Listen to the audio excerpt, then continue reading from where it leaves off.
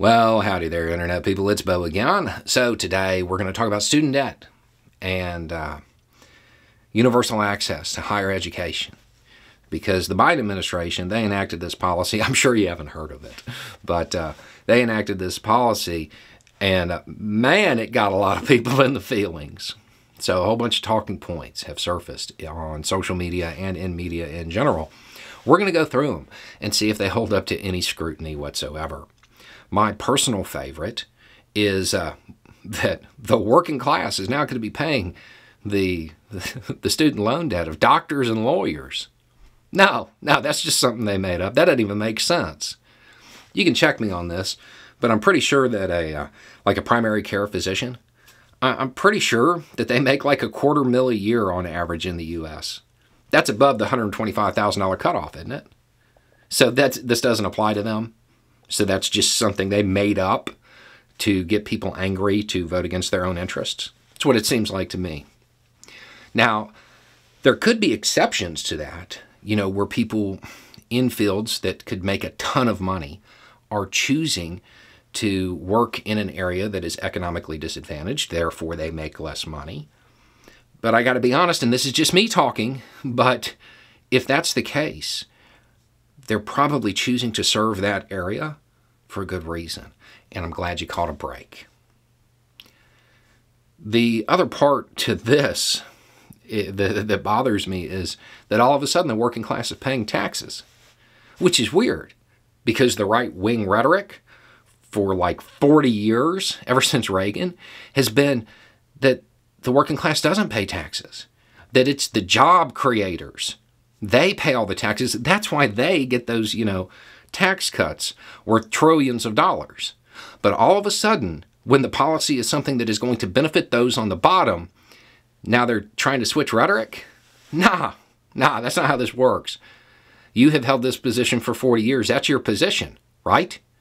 It's not like you've been lying to people this whole time, trying to get them to vote against their own interest, to support the billionaires over their neighbor. I mean, certainly that's not the case.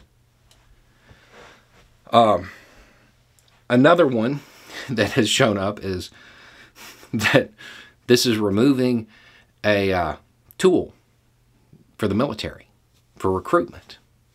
And what that means is that the military can't dangle a scholarship in front of economically disadvantaged people to get them to sign up for something that they wouldn't normally do.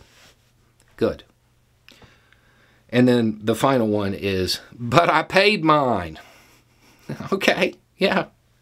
All right, but the odds are that's your fault. If you're saying that now and saying, I paid mine, I struggled and had to pay mine, and now somebody else is getting a break, the odds are you're against the idea of access to education, right? See, you voted that way. There are countries in Europe that have had universal access to higher education for years. We could have it here, but you vote against it because they tricked you into voting against your own interests. You paid yours off? Well, that's probably because of the way you voted. And if you're one of those people who paid theirs off and, support the idea of universal education or student debt relief, odds are you're not making this argument right now. The people making this argument right now are the people who have stopped having access to universal higher education in the U.S. They voted against it. Elections have consequences. This was your choice. It's the government you wanted, right? At least the one you deserve. Okay. Now, I made some of these points on Twitter and, of course, got responses. And one of the big ones has been, well, what are you getting out of it? How much student debt did you get canceled? That's why you're in favor of it. None. Not a penny. Not a penny. Nobody in my family. Even if you go to my extended family, the last person that had student debt paid theirs off a couple years ago. Doesn't benefit me monetarily in any way. However, it does benefit me in other ways. There's a person who works on this channel. And we haven't done the math yet completely to figure out exactly how it's going to break down. But either it totally wiped out their student debt or they have like $1,000 or $2,000 left. That benefits me because I like that person. It does hurt me in a way, though, because a lot of people who have watched this channel for a while, if I say, I was at the gas station, you're about to hear a story about a woman who was a CNA going to nursing school, working at the gas station, because working at a gas station pays more than working as a CNA, which is a problem in and of itself. But there's been a whole lot of videos that were prompted because of her. She's not going to be there anymore because she can turn in her 2-week notice, because the reason she was working there was to pay stuff down. This is life-changing for some people.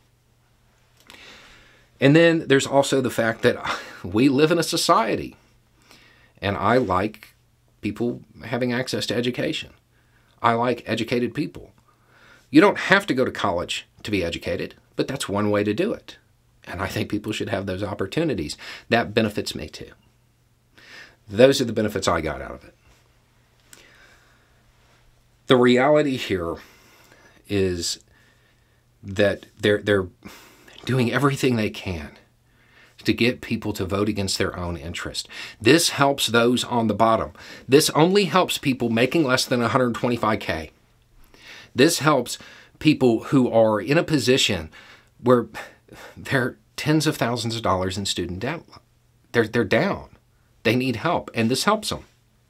I know there's a lot of people who say this doesn't go far enough. And I agree. I agree. I am somebody who is in favor of literally universal higher education. If you want to go, you get to go, right? Because it benefits society as a whole. I'm in favor of that. So I do agree it doesn't go far enough. But at the same time, don't frame this as nothing. This is life-changing for some people. And even if you're one of those who lives in an area that, because the cost of living is higher, the wages are higher, and you may have $40,000 and this is only taking out 10, again, don't frame it as nothing. Because it's still, somebody walked up and either handed you 10 or 20 grand. That's not nothing. And when you frame it that way, believe me, there are people who make, $26,000 or $32,000 a year looking at you like you are out of your mind. This is a big deal for a lot of people. It helped.